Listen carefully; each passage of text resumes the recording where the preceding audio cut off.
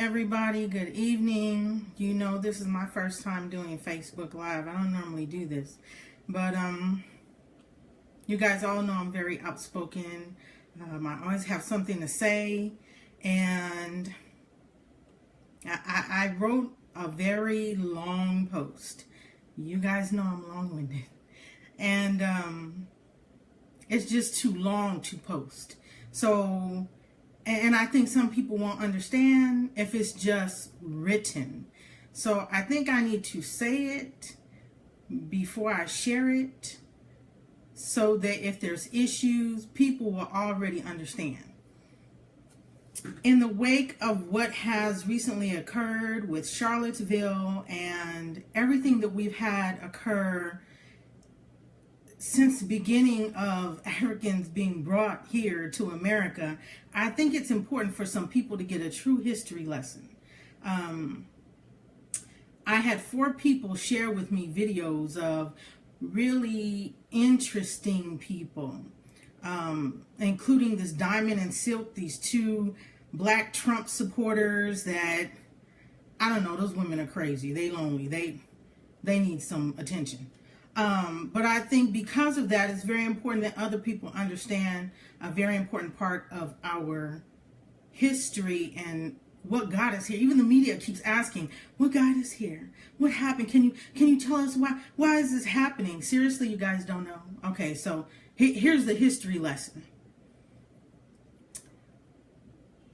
In the past, current day Republicans were Democrats, and Democrats were Republicans.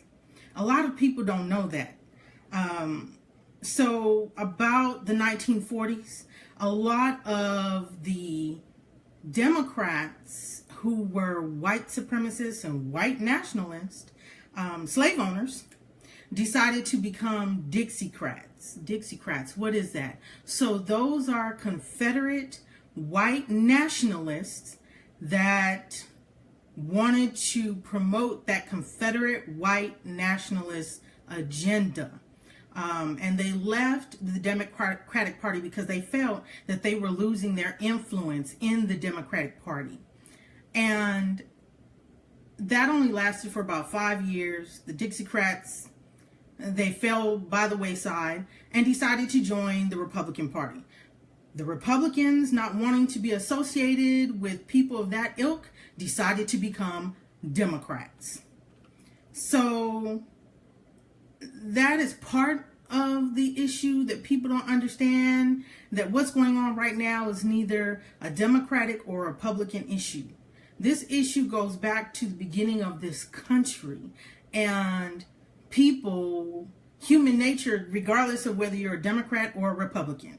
So people keep saying this nation was founded on peace, it was founded on inclusion, it was founded on people wanting to come together, and that's a lie. When colonizers came to these lands, they committed genocide against Native Americans, against Native Mexicans, and then enslaved natives and Jews and Irish and Asians, and then went to Africa and stole people and brought them here to enslave them here in a very brutal type of enslavement. This was nothing nice. I mean, these people were beaten and lynched and raped. And I'm talking about men raping men raping children, and forcing them to do hard labor for free.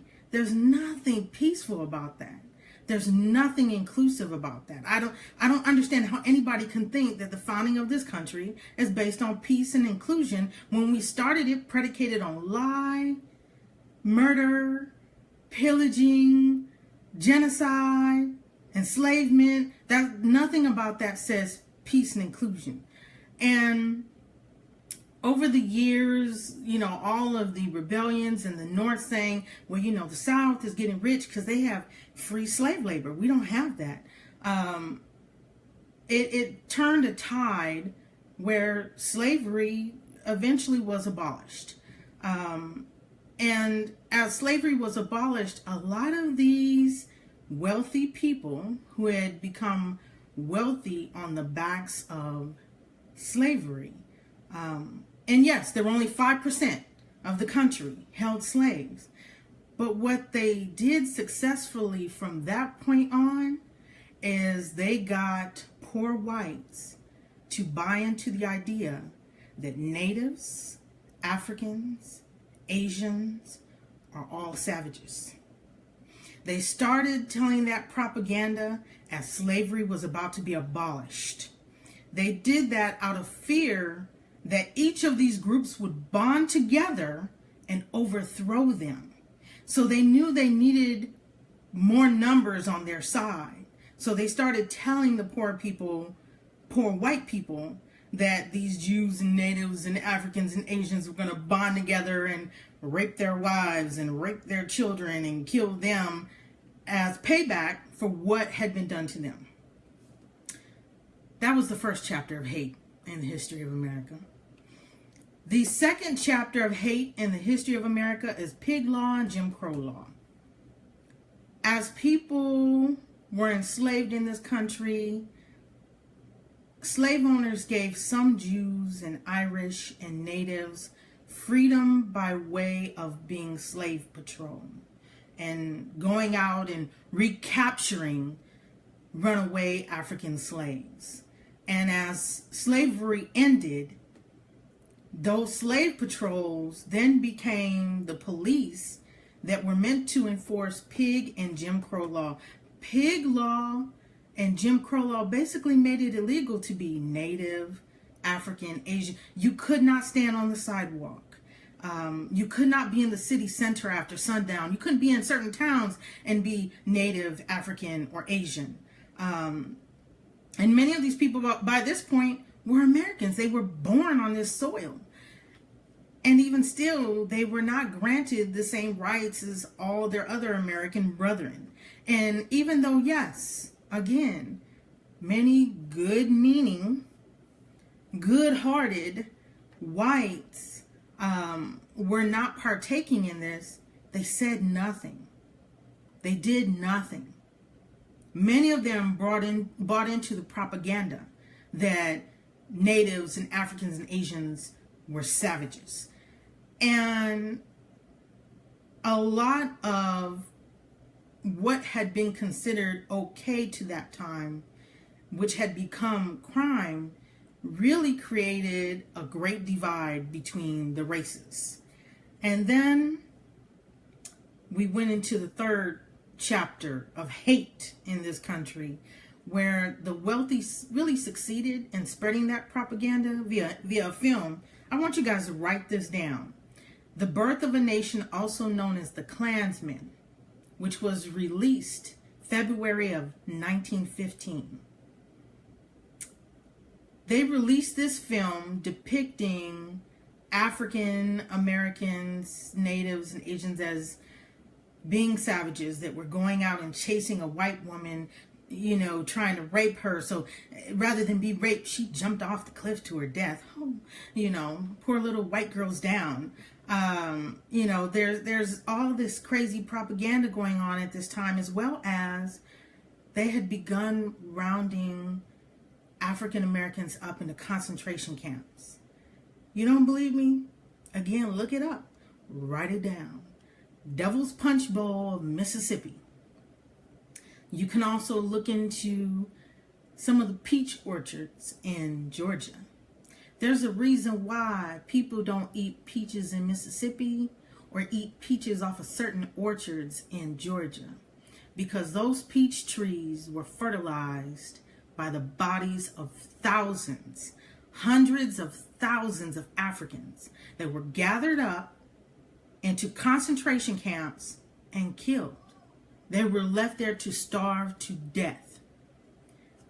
That's all part of the history of this country. We have thus far 3 chapters of hate in this country, of murder, of rape, of lynching, but it didn't end there. While white folks will say, oh, well, yeah, nobody alive today has anything to do with that. Nobody in my family was a slave owner. Many of those good-meaning good-hearted white folks even then said nothing, did nothing. And soon we had annual purges. What, do you for real know what annual purges? Isn't that a movie? No, that is real history.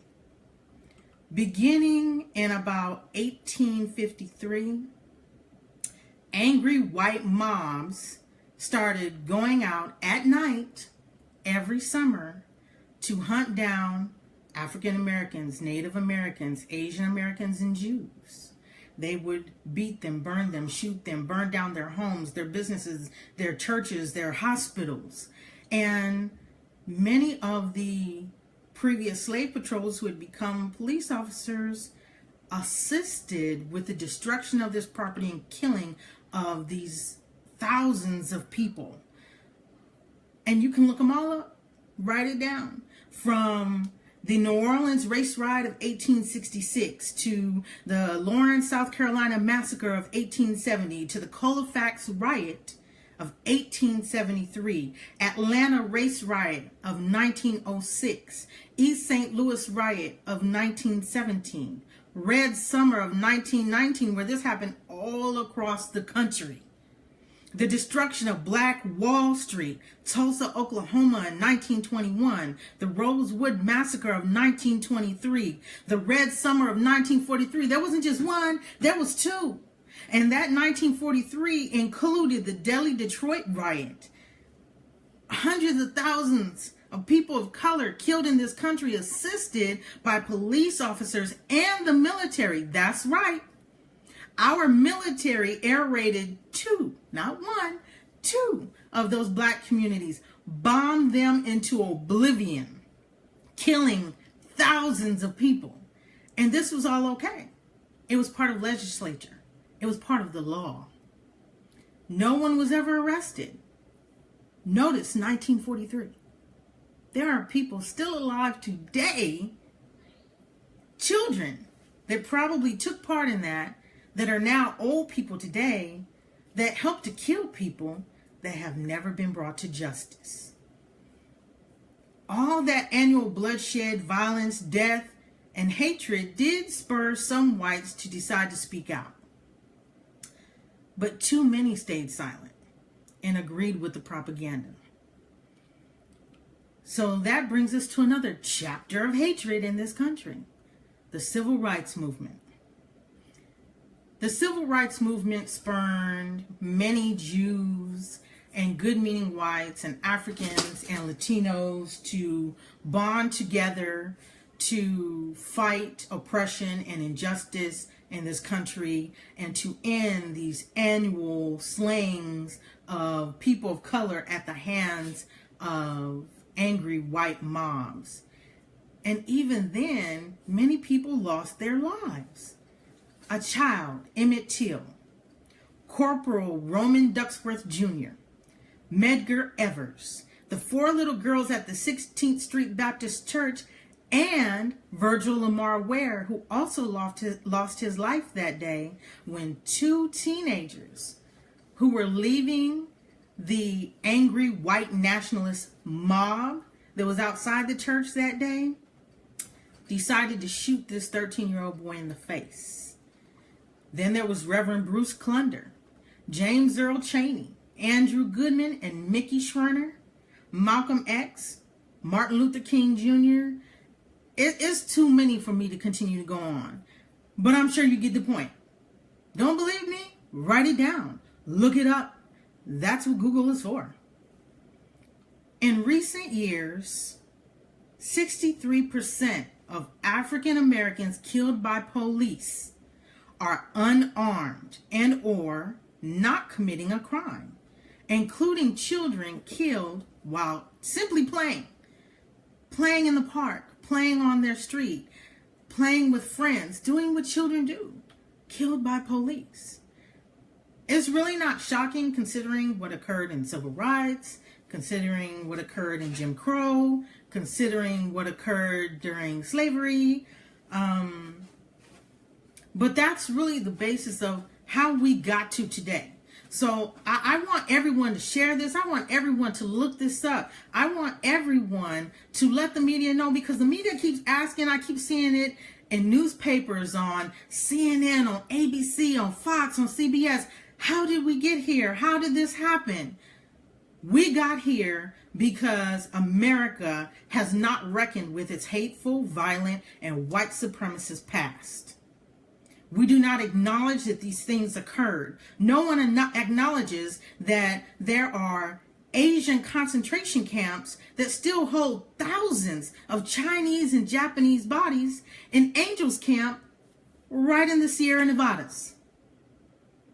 Thousands of innocent Asian slaves right here in California. No one talks about that. Yeah, sure, go visit Yosemite. Skip right over Angels Camp. Oh, we won't tell you why it's named Angels Camp. It's named Angels Camp because of all the dead Asians we plucked in the ground. Really, look it up. Google it. No one talks about that. Many whites keep saying, well, we didn't take part in that. Whether you didn't take part or you just stood by and let it happen, it's still wrong. And they keep saying, just get over it. If your spouse cheated on you, wouldn't you want them to apologize? If your friend stole from you, wouldn't you want them to apologize? Is it really that hard or out of touch for African Americans and Native Americans and Asian Americans and Latinos who have suffered decade after decade, century after century at the hands of this country to expect an apology?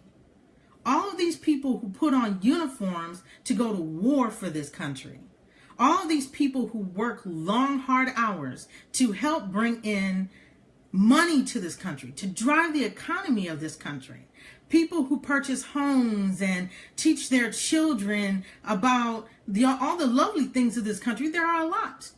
But no one acknowledges the hate in this country. Our textbooks don't talk about it. No one talks about the truth about slavery. No one talks about pig law and Jim Crow law. No one talks about the annual purges, the annual summers of bloodshed and murder at the hands of white mobs all the way to 1947. No one talks about the truth of the civil rights movement and how many innocent people were killed. No one. No one shares that information. Not one textbook. Find me one. Find me one. Put it in the comments. I'd like to know. Am I wrong? I mean, I've Googled. I even went on Amazon. I even went to NCS Pearson trying to find a textbook that listed out all of these wrongs. I could not find one. So you don't teach the children the wrong of this country. You don't say slavery was hateful and wrong. Jim Crow was hateful and wrong. Pig law was hateful and wrong. The annual purges that killed hundreds of thousands were hateful and wrong. The concentration camps where African Americans died in Mississippi and Georgia were hateful and wrong. The concentration camps in California where Chinese and Japanese were kept and killed were wrong. You don't teach this. Any society that does not know its history is bound to repeat it. Which brings us to Charlottesville. Many people who keep wondering, oh, how did we get here? Why is this happening? All of the people that stand by and have said nothing all of these years, all of these decades, all of these centuries, us not teaching our youth about it, not teaching them that it's wrong, allows for them to go out and hear the wrong thing and be recruited by these hateful white nationalist groups, these white supremacy groups, these terrorists. They are terrorists. Anybody who uses violence to further an ideology or further their own agenda is a terrorist. That's what these people are. And when you go and look at the Southern Poverty Law Center and you look at their hate map, it's sort of a joke. The FBI hate map is a joke. They don't even really list all of the KKK and Aryan Brotherhood and white Anglo-Saxon Protestant hate groups and, all these other white nationalists. They don't list everything, but they got every single Nation of Islam temple on there. They have every Freemason and Eastern Star organization on there. They have every Catholic organization on there. They have every Asian organization on there. They even have Jewish organizations on there, but they don't list all these other hate groups. How does that happen? And then you don't want to call a spade by a spade. You don't want to call evil by its name. Terrorism. Domestic terrorist. So that's how we got here. You don't want to stop the violence. You don't want to teach against hate. So it continues to happen. I think we're now at a point where enough people are tired. Enough good-meaning, good-hearted white folks are tired. They're tired of all of the hate and the drama. We as people of color, whether you are African American or Asian or Native or Latino, we really need to stop the hate and the drama and bond together, number one. Number two, we do need to reach across the aisle and bond with these good-meaning white folks who wish to help us end this system of injustice and racism. And this is how deep it goes. When black people took to the streets in Ferguson to demonstrate and protest the death of Michael Brown and several others, police responded in force with force. They arrested unarmed, peaceful protesters. They pepper sprayed them. They shot tear gas all into the city. They arrested people in mass numbers. When natives converged on Standing Rock to protest the building of an oil pipeline on their own lands, on their own treaty protective ancestral holy lands, police responded in force with force, shooting them with rubber bullets, tear gassing them, injuring their horses, arresting women and putting them in dog kennels. But when domestic terrorists marched on Charlottesville armed to the T, with AR-57s or 15s, AK-47s, pistols, torches, brass knuckles, pipes, chains, bats, the police did nothing. Those terrorists marched on Charlottesville Friday night, y'all. Friday night. 12 hours later, they were still there when counter-protesters came. And counter-protesters came unarmed, carrying signs. They were the ones attacked. Even the night before on Friday, those terrorists beat clergymen and innocent students with brass knuckles. The police did nothing. And the next day, when the other peaceful counter-protesters came, they were beaten with pipes, and the police did nothing. That brother who was beat in the parking garage was beat next door to the police station. The parking garage is the parking garage for the police station. They have cameras in there. Police did not come.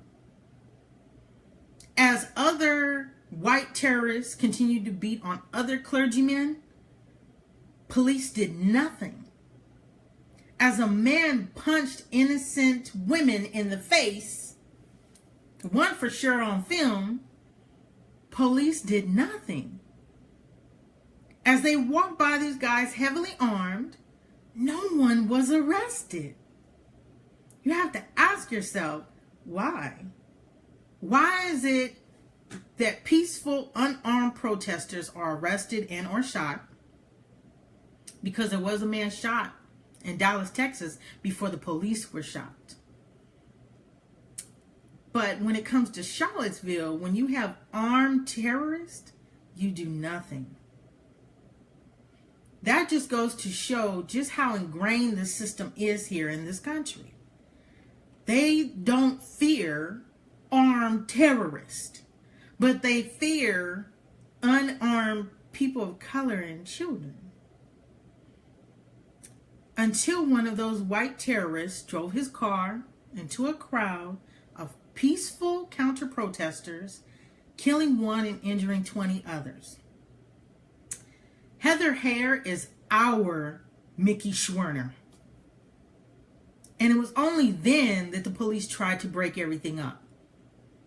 Why did it take someone to lose their life before they did something?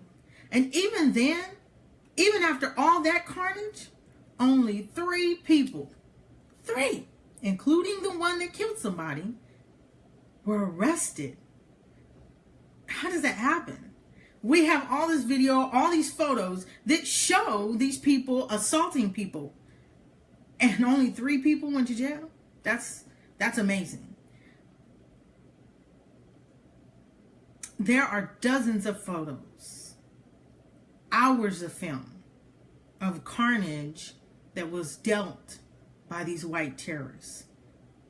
But you can't find any of counter-protesters beating the white terrorists. There's a reason for that.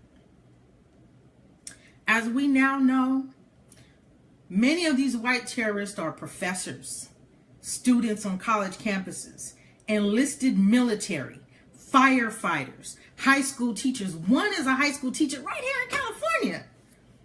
A loan officer, a bank manager. People that determine the fate of other people's lives on a daily basis. Do you really think that those people are capable of giving people of color a true chance? Do you think that they are truly capable of being impartial to people of color? I'm sure there were police officers in the crowd too. They just haven't been identified.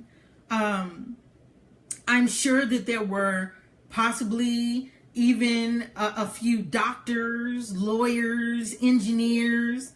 They just haven't been identified yet. But one thing we know for sure, many of those people had very strong connections with politicians. They had taken pictures with state and federal politicians, including Trump. That goes to show you just how deeply ingrained this system of systematic racism goes. So for all you good-meaning white folks that have been sitting at home saying, oh, I'm not going to be bothered with that. I don't think it's really a problem. I think Charlottesville should show you that it really is a problem. Heather Heyer was a white woman. She was one of you by that sense, but she was one of us because she fought against injustice and she fought for our rights. A lot of the people who were beaten and injured in Charlottesville were white people. If you really think that this doesn't affect you, you're sadly mistaken. When hatred goes that deep, where these people are taking pictures with politicians, they're firefighters, they're professors, they're teachers, they're military, enlisted military. They aren't discharged. They're enlisted. And we're coming for y'all too. We got your names. We're contacting your commanding officers. But when you have that going on, that just goes to show you how deep and ingrained it is. America is a country built on hate and the blood and bones of slaves and natives. It's time that if you really are not for that, that you start to stand on the side of what's right. We all need to stop the gangbanging, stop the drug dealing, stop the drama, watching crazy shows and being more concerned with what you're wearing and what you're driving. And right now is the time to really push this boulder over the top of that hill to end injustice and systematic racism in this country. Now is the time, while we have the momentum, for us to bond together and really do something and get legislature passed that ends these systems of racism, that holds police accountable for police brutality of innocent people and children, that holds financial institutions accountable for supporting hate groups, and holds systems, banks and other financial institutions accountable for supporting things that destroy our environment. We have to also hold schools accountable for not abiding by desegregation. There are schools in Florida and Georgia that are still segregated. Look it up. Google it. Look at the America Divided website or Facebook page. I'm not lying about any of this. It's easily verifiable. We have to end this all now. Do your homework. Become educated. Get your knowledge. And let's end this together so that people can stop saying, I don't know why this is happening. I don't understand what people are all upset about. And all you white folks keep saying, I don't get it. Get over it. Just apologize, dude. Whether it was you, your grandma, your great-grandma, or it wasn't anyone in your family, empathize. Empathize. Yeah, man, that was wrong. I don't believe in that. And I'm going to stand with you to end this madness. That's all we want to hear. Is that so hard? And let's get on past that and get on the job of ending all of this. I'm so happy you guys joined in and listened to this. I will share this. It's 5 pages long. You can read it if you want to. There's more information in it. But if you don't want to write down anything, you might as well just replay this video so that you don't have to worry about it. Peace and love, y'all.